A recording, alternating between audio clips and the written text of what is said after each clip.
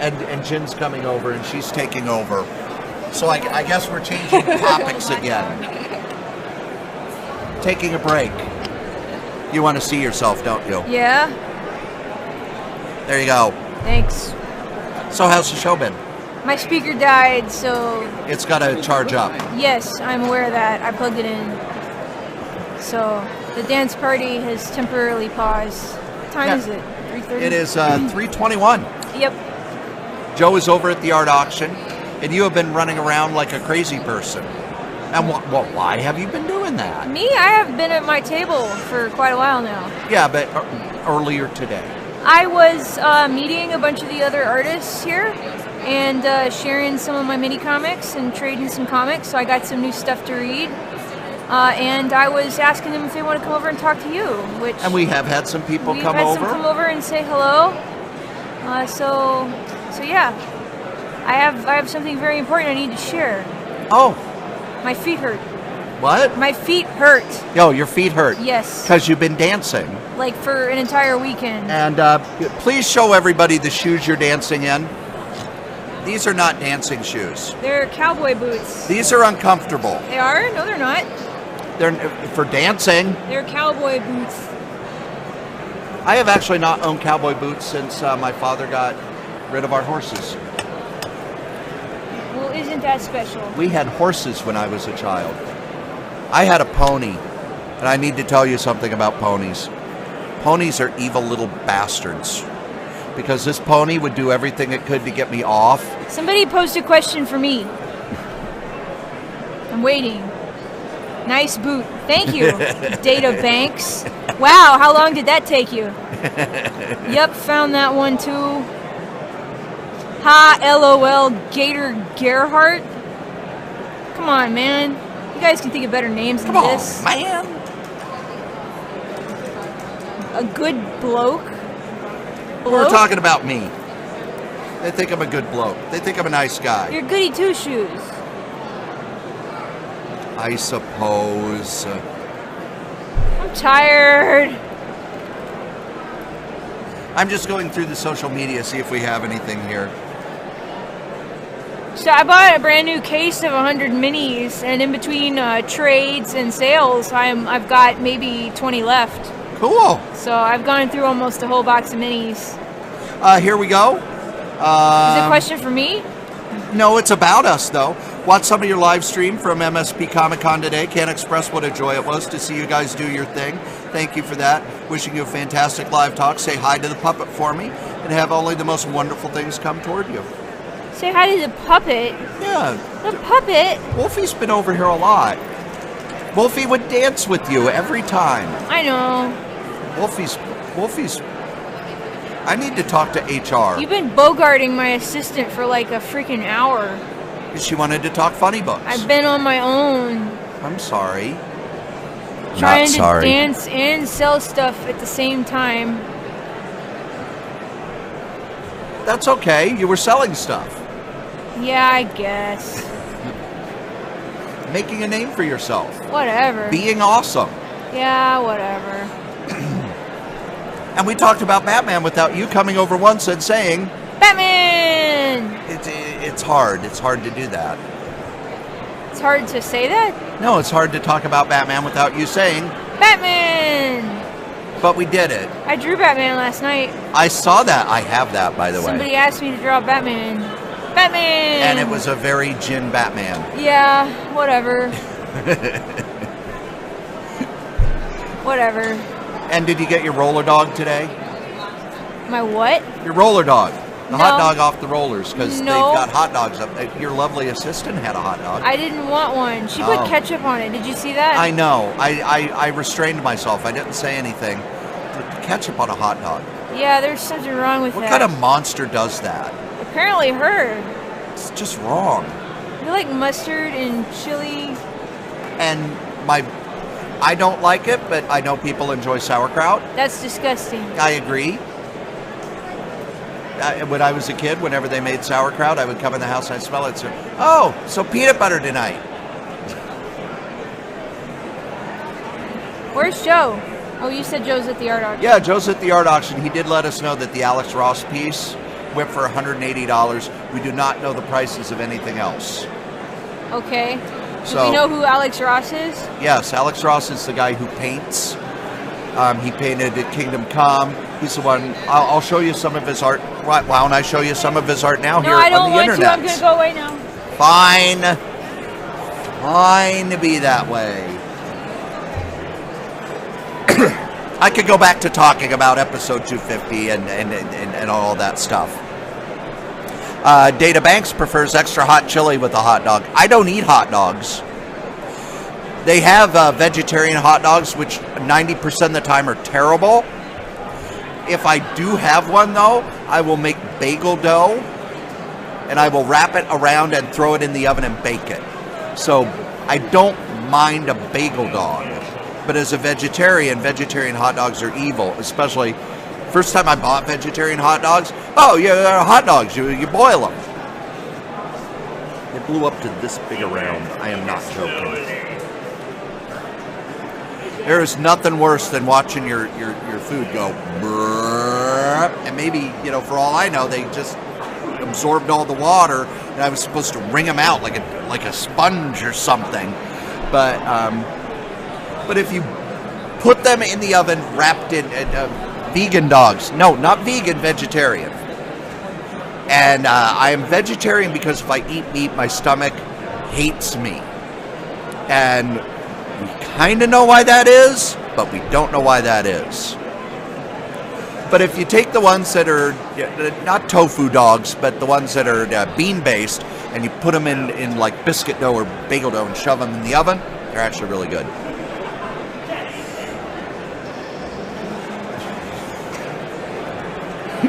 Cooking with Corey. Well, cooking with Corey, I can't do that because one of the Wrestle Crap special April Fool's jokes was hobo cooking. And I forget what they exactly called it. Hobo on the range. Hobo on the range. And it was Blade Braxton talking about making things with ramen noodles and anything you can buy at the dollar store. Now, we have some aborted episodes, some episodes we wanted to do that we couldn't do. And one was a friend of mine who now lives in Amsterdam, Nicole, is a high-end chef. And I'm not talking, she works at Denny's. She went to Le Cordon Bleu. She knows the high-end stuff. Her plates are works of art. Known her for 5 years. Love her to pieces. And Jen bakes. But when I was talking to her about making pie crust, she says, I just buy the pie crust at the grocery store and fold it out and everything. And I was thinking, and I talked with both of them about it, doing an episode about pies because of my love of pie. By the way, the whole Corey loves pie thing, it's a double entendre. Okay? Lauren Emo, who is me? Head on over to the Facebooks. Corey Strode, Jen Wicked, Joe Ryder. Add us all. Be our friends. Listen to our podcast. Thank you. And yes, Jen is very pretty. She's amazing. And not just pretty. She's phenomenally talented. And a good egg. But we were going to do an episode where Jen and Nicole had a fight over baking, where, Nicole would talk about the high-end stuff and how to do it, and Jen would talk about, no, you just buy it at the grocery store. And I thought it would have been hilarious, but it fell apart. Not anybody's fault, just schedules didn't work out. So there's an episode you didn't get.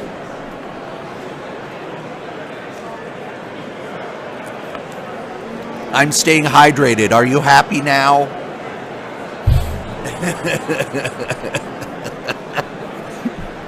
So we're, but anyway, back to the listeners. I've gotten emails and tweets and stuff from listeners. People saying that they listen when they're at work. They're listening when they do this.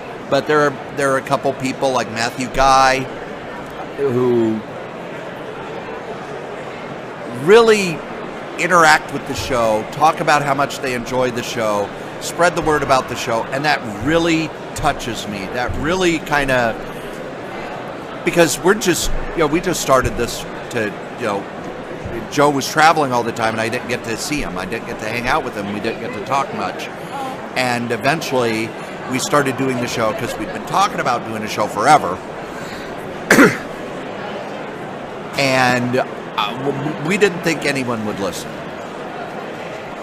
We didn't think we would ever be, doing anything other than every so often talk comics. And it's become much bigger and much, much more. And now we're doing this live streaming, which is scary and frightening and taking up my entire brain. But we have about an hour and a half left. It went by so fast. For you. Oh, I'm sorry. Because you've been dancing and hanging with Jen Wicked. I've been trying to think of stuff to say. For the next 2 weeks, I'm going to be sitting at home like this. What should the next podcast be about? Actually, Joe's supposed to come over, and the end of this stream is going to turn into the next podcast. Otherwise, I got nothing for tomorrow. And I never miss a Monday. Never miss a Monday. Nope. We have not missed a Monday. The only Monday I missed was when I was in the hospital on a Monday and couldn't upload the podcast. Oh, that makes sense. I still felt bad about it. I was actually in surgery on that Monday, and it was like, but I got a podcast to upload. Can I go home and get a jump drive or something? Lay down. You're under anesthetic. I'm not under anesthetic. And I think I've told the story. When I woke up I had my gallbladder removed. We got into a fight, and I evicted it. And if I wanted to, I could blame Jen because my gallbladder attack happened when she wanted me to take her out for a barbecue. So as I'm driving there, my stomach hurts. It must be because I haven't eaten today because I had to work at the group home. And then I pick her up, and we're going there. It's like, man, I really don't. I feel kind of uncomfortable, and stomach doesn't feel good. And then we get there, and wow, this is really hurting. And I waited till she got done, and it's like, got back, and at her place, it's like, I need to just lay down for a little bit because I'm in a lot of pain. And then 20 minutes in, it's like, if I don't leave now, I'm not going to get home. I'm going to go home, take some pain meds. So I drive home. I live in Chaska. It was a 45-minute drive. That was fun. And I get home, and I call Jen and say, I got home. I'm okay. I lied. I'm okay. I'm going to lay down. And I called my mother, who's a retired registered nurse, and told her, and she said, you go to the ER, and you go right now. And by the time I got to the ER, I could not walk anymore. I literally crawled into the ER because standing up hurt so much. And they came and they got me in a wheelchair and they whisked me back and they thought it was a heart attack. And then they do all these tests. Your gallbladder is going to come out. We just don't know if we're taking it out right now or tomorrow morning. I took it out the next day. And that's why I missed the podcast that Monday. Emergency surgeries, though. If you So I'm sorry. I'm so sorry. He's sorry. Please forgive me. It won't happen again.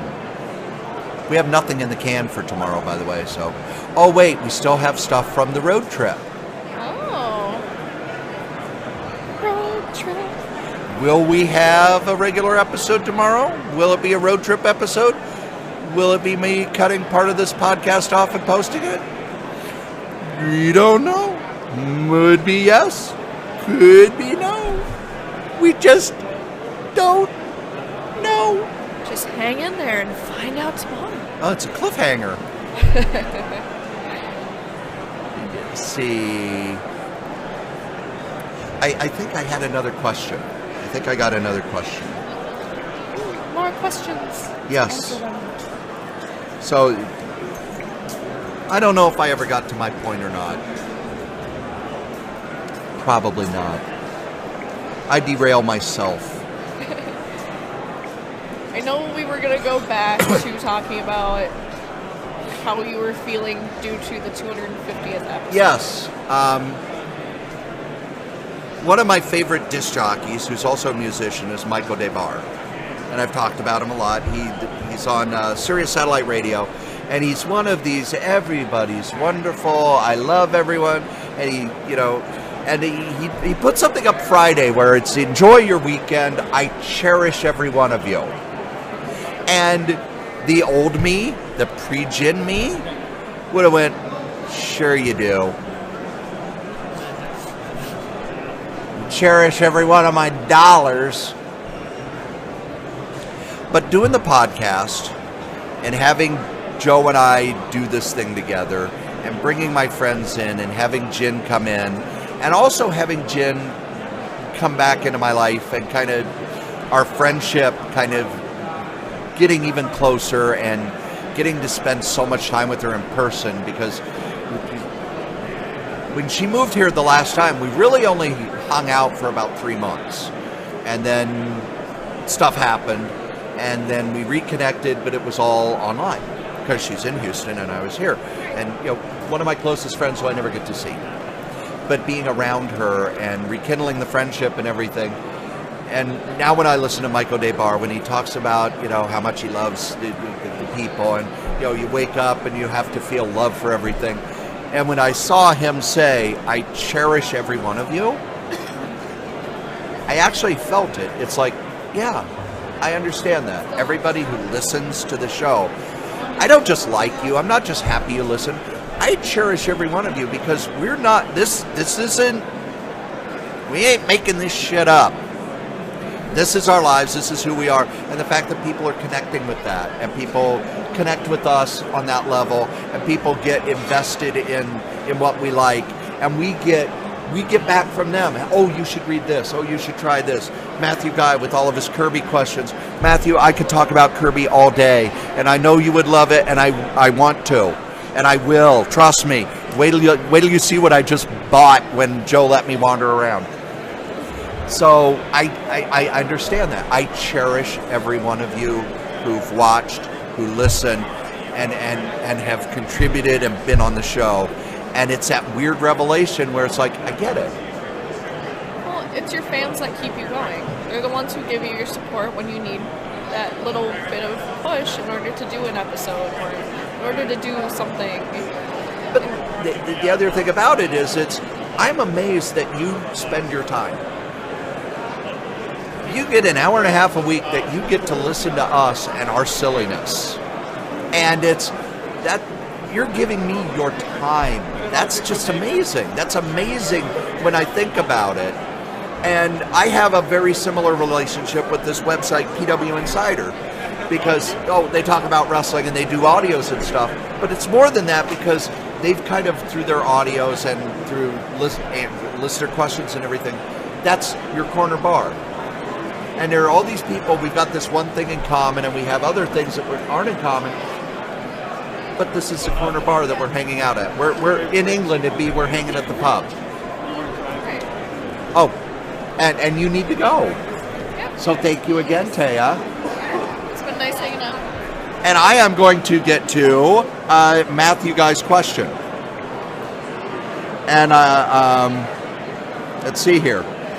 I read The Wedding of Reed and Sue, and the art is just astounding, with cameos of heroes and villains galore in that king-size annual. That was one of the things about Fantastic Four. Hi. You're a comic creator. Sort of. We're doing a podcast. Right now? Right now, we're on the internet's live. Oh, no. Okay. If you would like, you could sit down and plug your stuff. If not, you don't have to. I don't have a lot of stuff to plug. That doesn't matter. I'll sit down. Yeah, have a seat. So are people listening? Not watching? only, we've got like a few people who are watching it live, but then yesterday, we only had like 4 or 5 people watching it live, but then I looked and we're up to like 90 some views. Wow. People who went back and I'll watch this. Like people who were here or whatever. So it's building over time, so you don't have to talk about just now, but who are you and what sort of stuff do you do? My name's Abby. Could you? Abby Lurkey. There you go. So Let the people know. It's a weird spelling, and it looks backwards on the thing. Yes. But it's forwards on the other Yes. side, right? Okay, good. Anyway, Abby Lurkey. I used to do a webcomic called The Green Avenger back in the day. That was, I don't know, like 10 years ago. Okay. And it was sort of like a semi-autobiographical comic, you know, what it would be like if I were a superhero. Okay. But then real life got hard to write about. So That happens. yeah, that was not fun. And I sort of stopped doing comics for a while, although I do write comics from time to time. And actually the career that I have that I'm working on is I'm a freelance translator of Japanese comics Oh, okay. from Japanese to English. And I actually picked up a title I'm really excited about.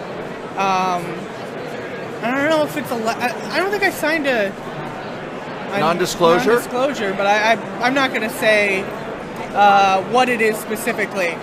But it's a baseball comic about, I don't know, aces. Okay. Now, what are some that you've done in the past that people might be able to pick up?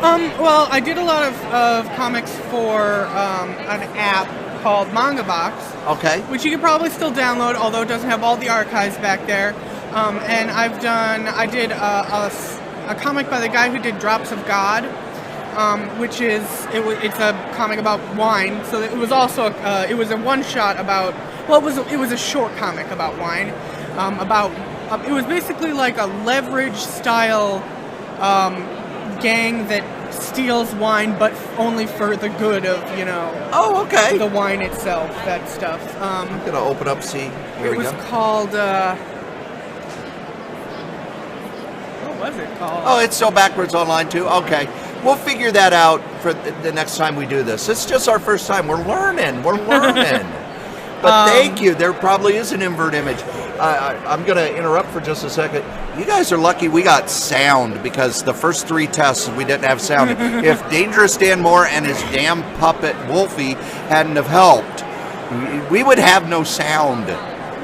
So, a wine comic. Yep, a wine comic. It was...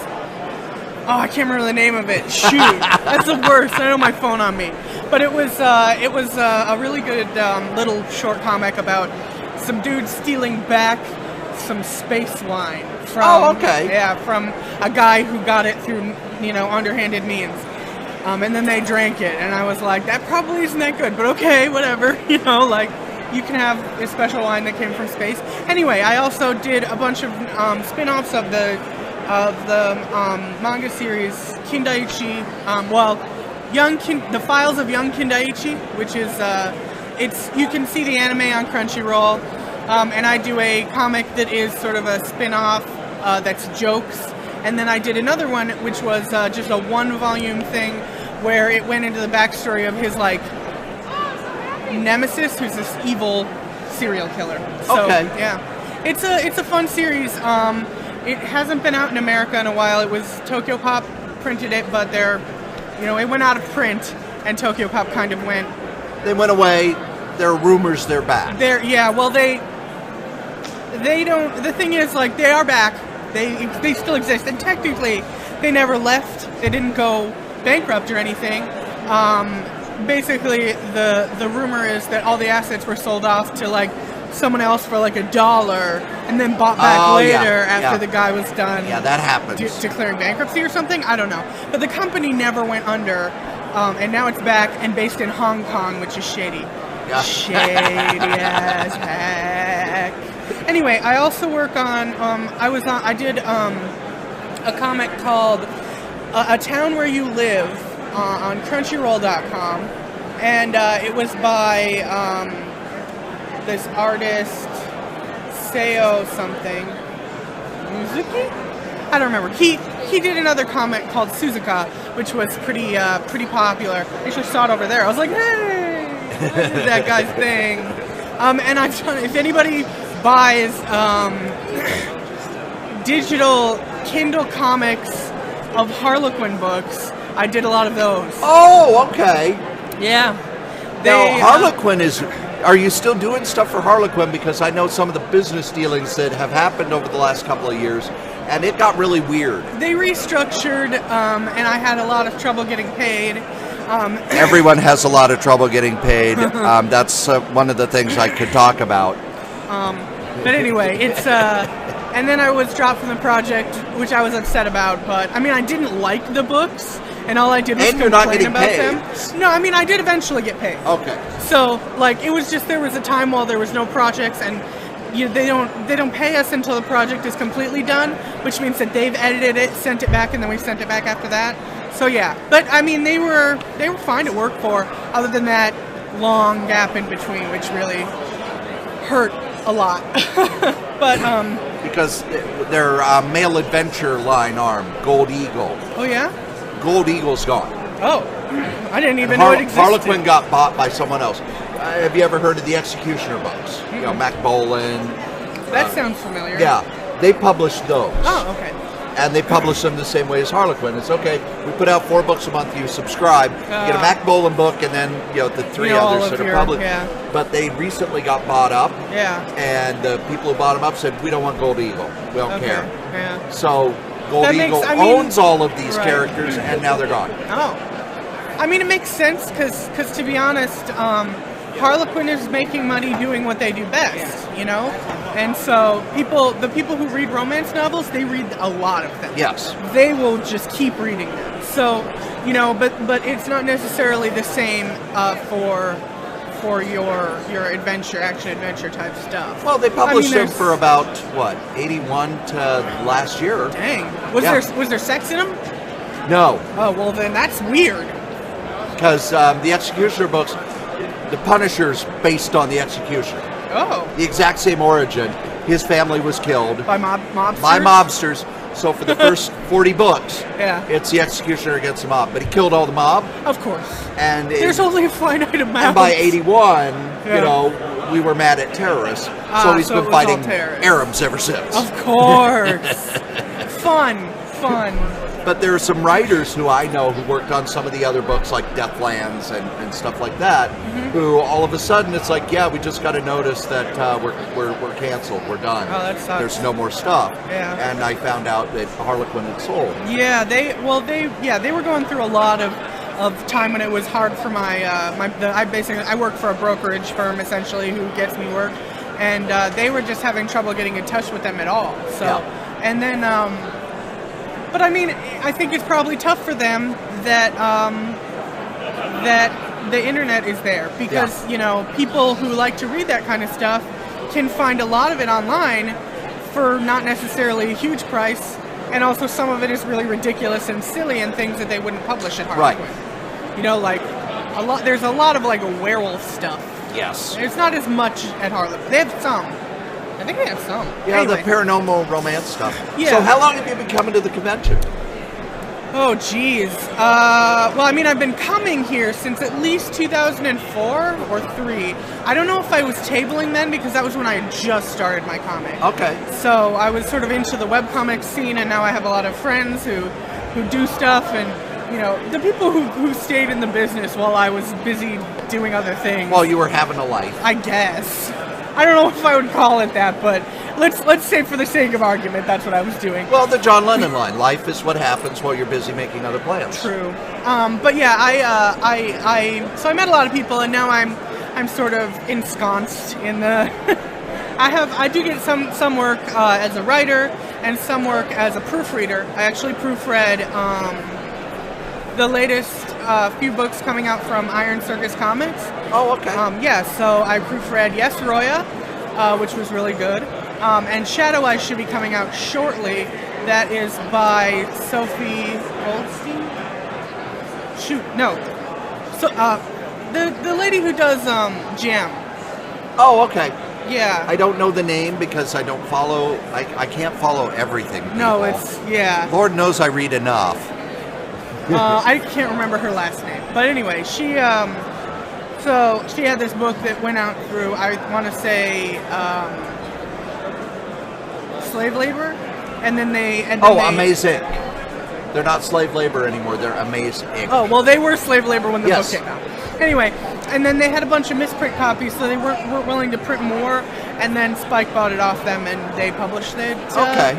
Yeah, so that's pretty cool. That was a good book. I also did the proofreading on New World, which is a sci-fi and fantasy sci-fi anthology with the theme of cultures clashing. It's a very good book. It should be shipping out really soon. Cool. It's a Kickstarter thing. So the book was Kickstarted. It was almost done, but they had a lot of trouble in There's a printing it. TARDIS going by.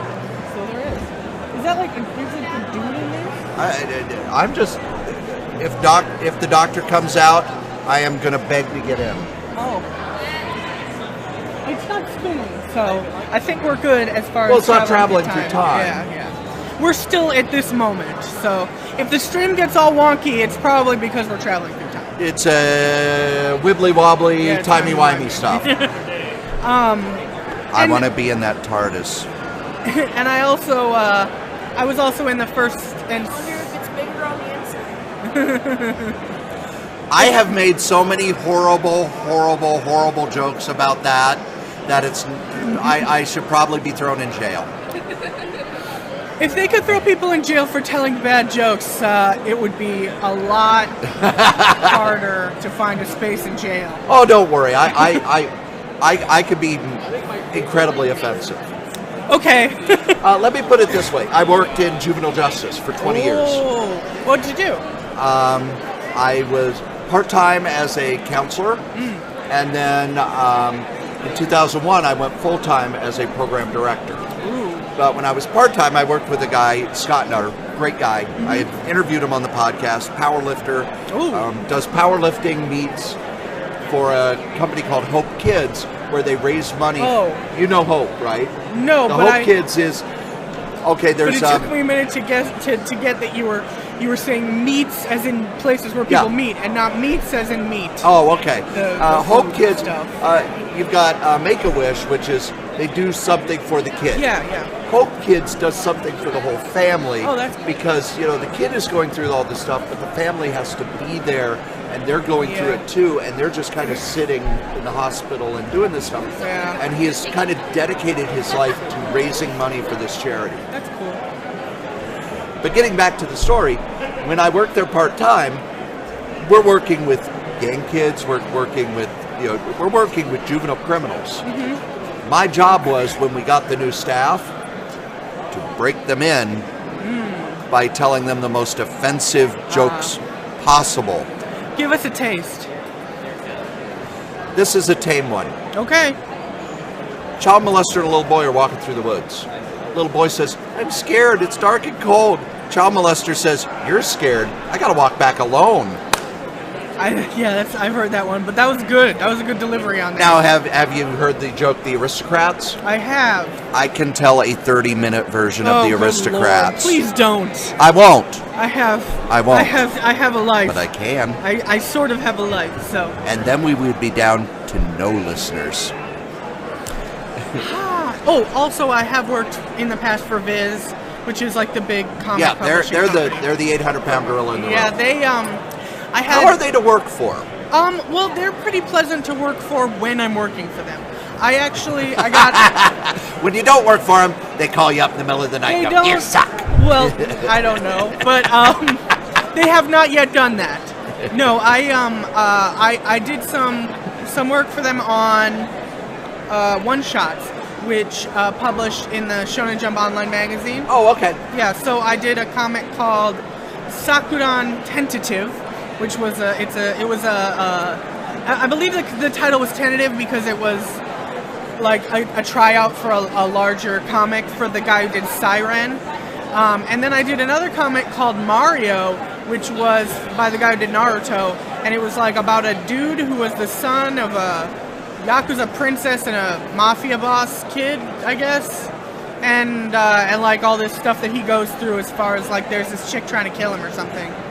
It was a long time ago. Okay. But it was good to work for them.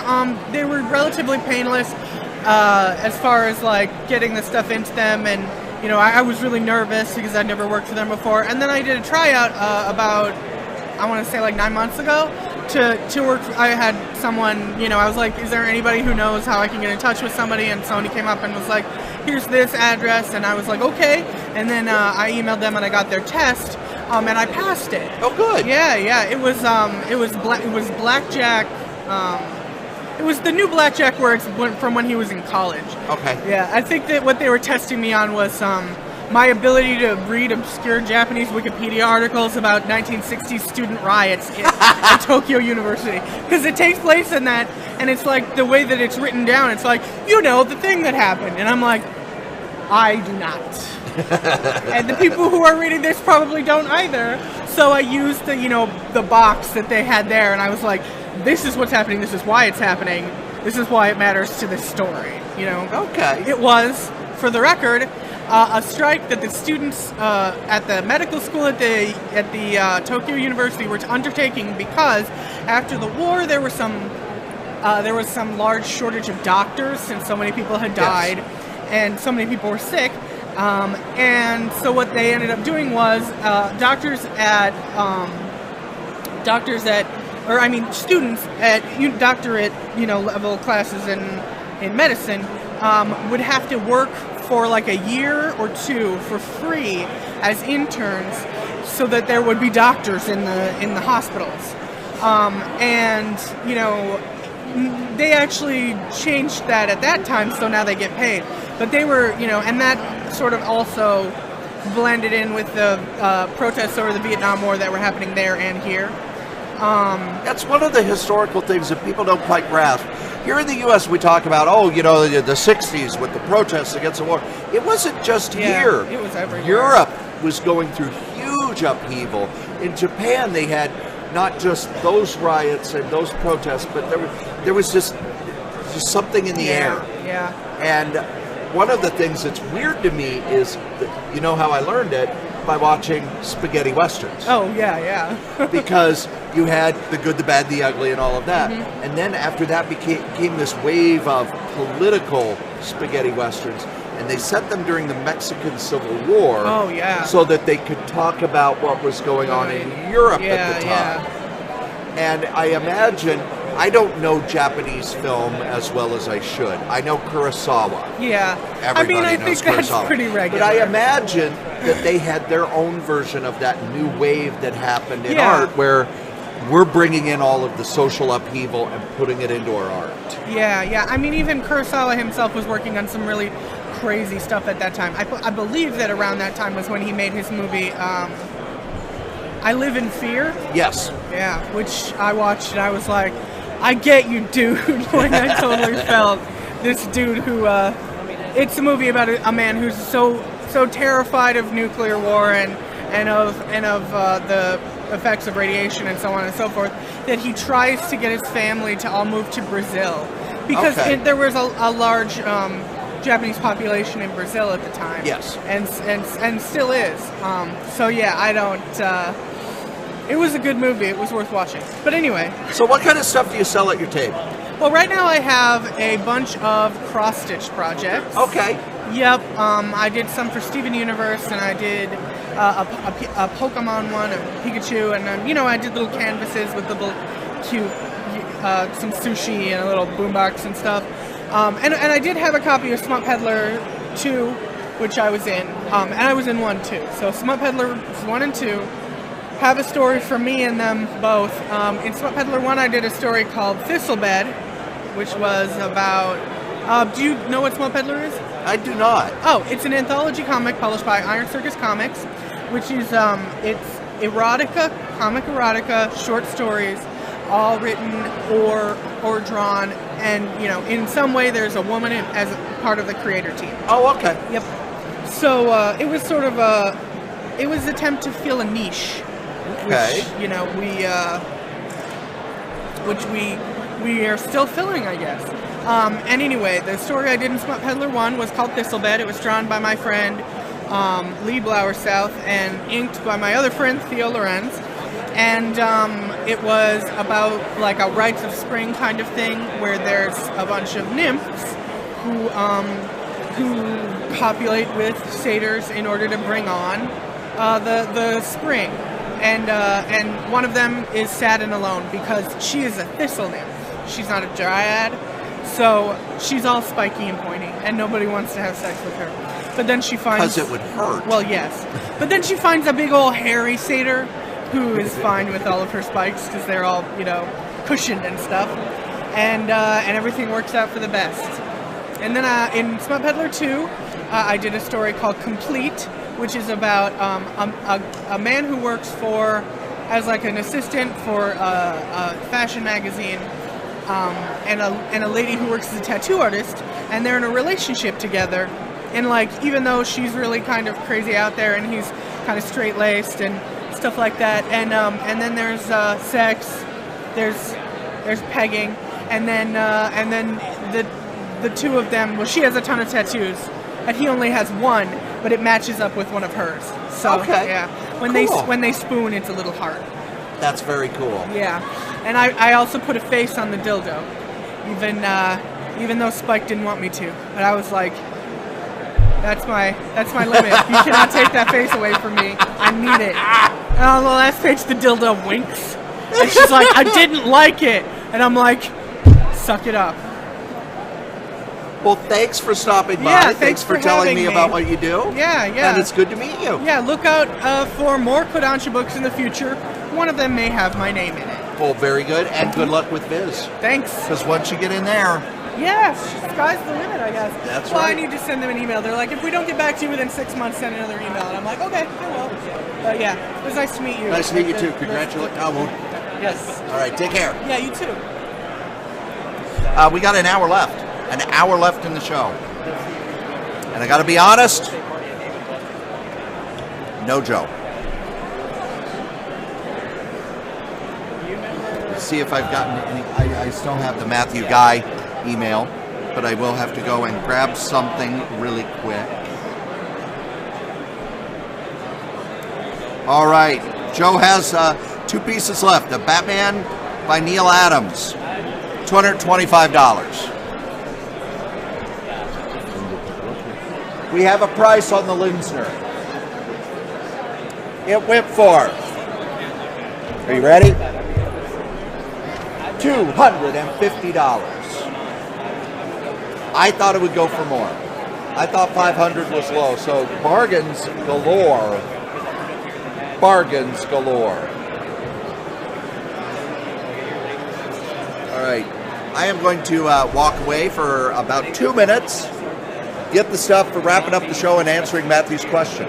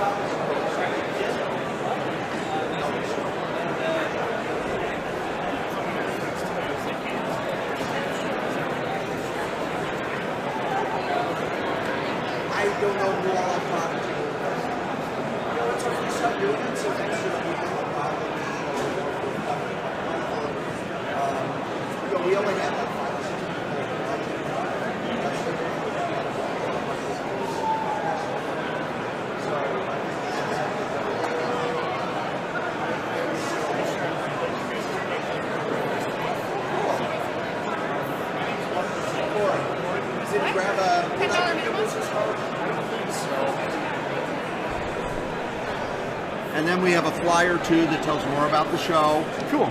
All right. And has some, of course, wonderful art. Yeah, some lady does some good stuff. Very good work. Yeah. kind of on the hunt for some Star Wars.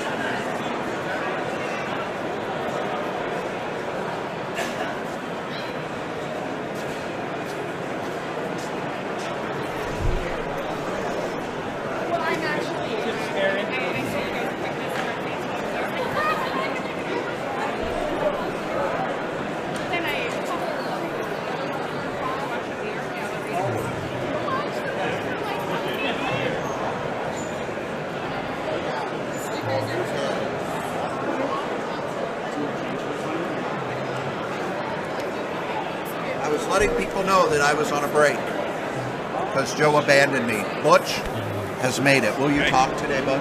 I don't. Yeah, but I don't have anything to say. We have a question. All right. I'm spitting food. Oh, you have a question, a standard question. Yesterday I didn't eat. So today I've been eating cinnamon rolls because that's healthy. Yeah, that's how you follow up a day of not eating to perpetuate And, your existence. Hydrating. I'm okay with that. Look, I didn't eat the frosting. That's for later. I won't ask. I'll be eating it on the way home. I'll The eat sugar frosting. rush. Yeah. While driving. With a plastic knife. No, I'll just, like, here, let me show you how this is done. All right. You people need to learn. This is going to be educational. See, you get the little When tub you of say- frosting. You just, right there, while you're driving. While you're driving. So that's what's going on when you. Right there, and then you use your tongue and you lick it out. Oh, you just prop it up in there Yeah. with your teeth. And then when you're all done, you just roll down the window. There you go. It's gone. We have a question from Matthew Guy that I started reading. From who? Matthew Guy, one of our listeners. Matt Guy. Matthew Guy. Great listener. Sends us questions, sends us stuff all the time. One of our super fans. Oh, we just got, someone said something. Yeah, pass on the frosting. Good. Then I don't have to share. Because I don't share anyway. Pretzels, those are almost good for you. Thanks, buddy. Nothing says good radio like eating while you're on mic. Ooh. So here we go. Some kind of a buffalo. Something to it. I read The Wedding of Sue Love and Rock. Reed, and the art is just astounding with the cameos of heroes and villains galore in the King Size Annual. Been a while. The Galactus trilogy sucked me into seeking more Kirby art, so thanks, Corey, for the suggestion of the Jack Kirby collected editions for seeing more Cap and Darkseid art. What is your favorite King Kirby Annual?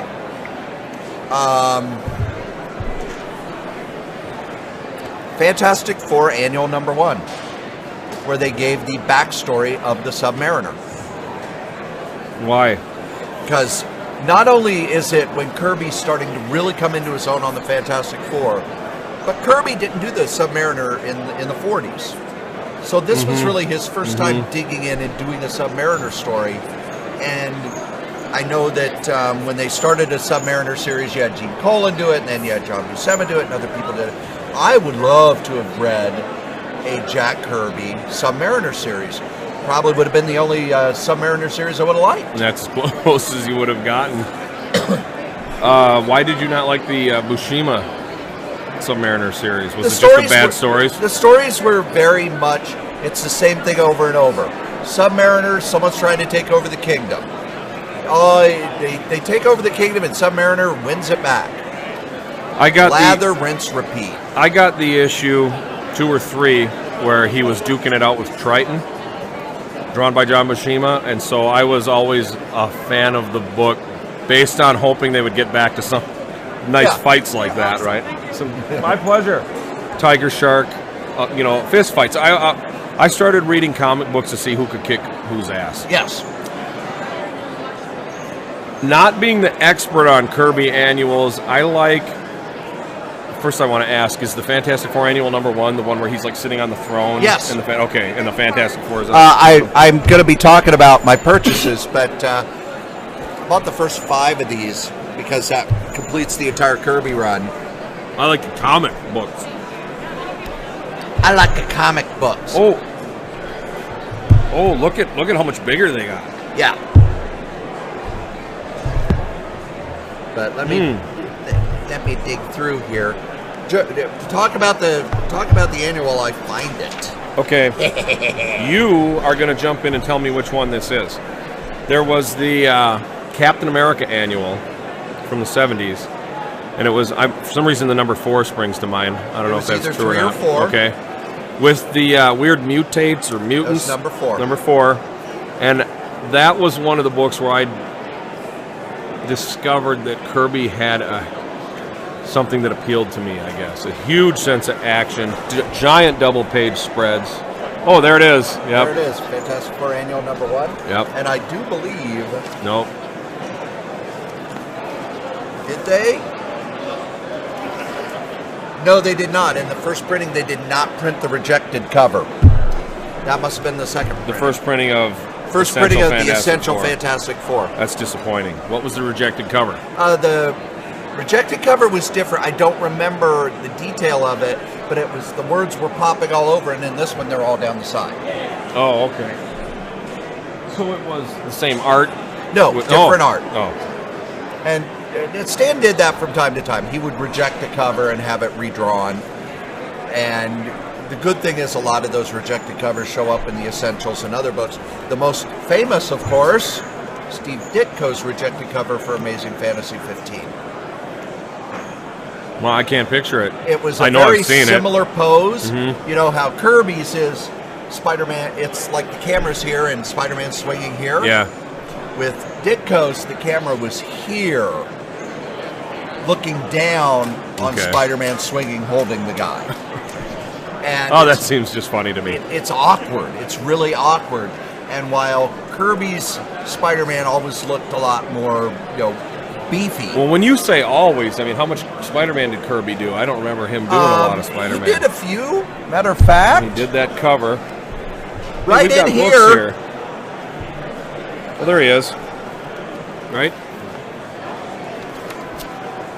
The Mad Menace of the Macabre Mole Man. That's backwards, Corey. Is this a mirror image to us? And yes. Is it correct it's backwards, we'll have to fix that. But right here. Fix that? This is a Kirby inked by Ditko.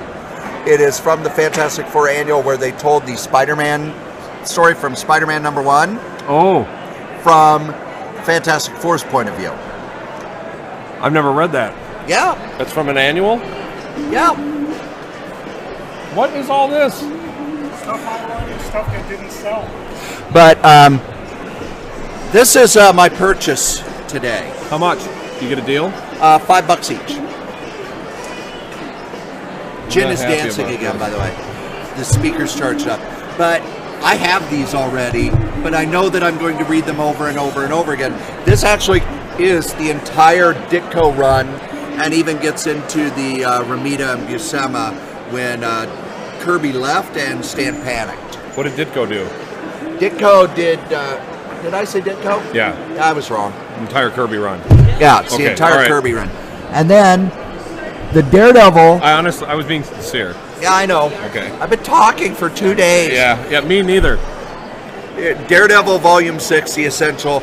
These are the ones I actually came in on Daredevil. As a kid. As a kid, reading it with issue 138 because it was a crossover with Ghost Rider. Good job. And I picked up Ghost Rider number 20 and had to read the end of the story. And it was, this Daredevil guy's pretty cool. And it's written by Marv Wolfman. And it has the Ghost Rider issue in there. Yes. I love that they do that. And that's I remember the annual. that. There were more than one Daredevil annual number 4s. More than one? Yeah, because they lost track. It was so long between. It is hard to look back at the last one. But here you go. Here's track. Marv Wolfman and Sal Buscema on Daredevil. And when you think Daredevil, you never think Sal Buscema. You think Gene Colan, you think Bob Brown. I do think Sal Buscema. You know why? Why? Because one of my earlier books was Marvel Team Up number 40. Oh, maybe. yeah. Spider-Man and Daredevil, seeing who could kick ass on Electro and the Blizzard. And I've always associated him with Daredevil as a result. No, I'm not saying, he's the... Although if he had been drawing Daredevil, that would have been fine with me. Yeah, Sal Buscema could draw anything. Pretty much. Corey, let's see. Corey, a walking, talking comics wiki. That's kind of the premise of the podcast. I start talking about comics, and I ask you to confirm if what I'm talking about is right. The details. Hey, did you get my Yes, we read $10? them out over the air. Yep. The listener went for $20.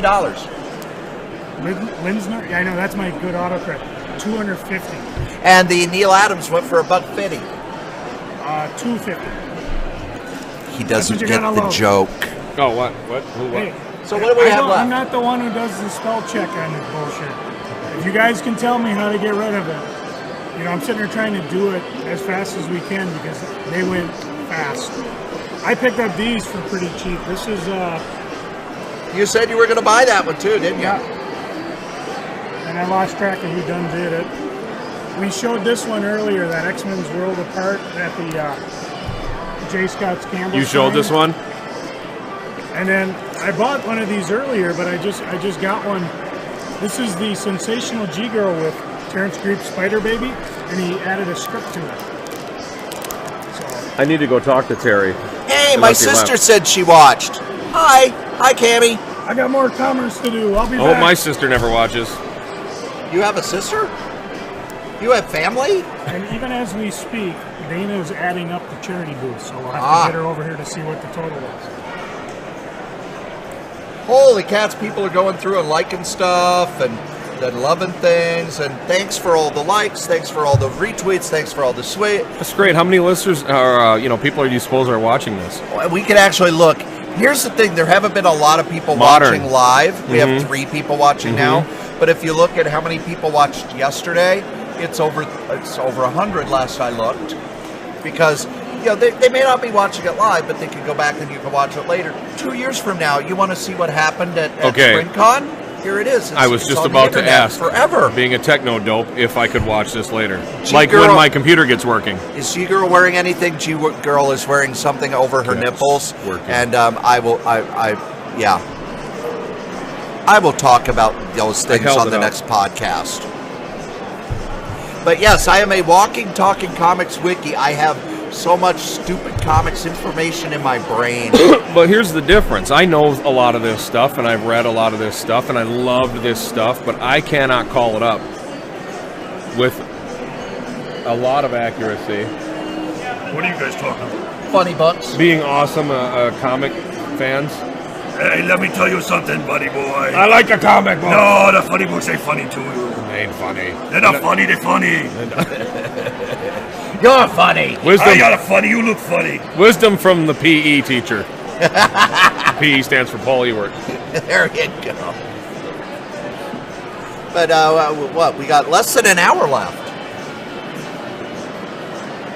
That means... You know what we should do while we have time, because we've been asked twice, and it is near the end of the convention. You know what time it is? Time for freaking and geeking. That's right. Butch, what are you freaking on?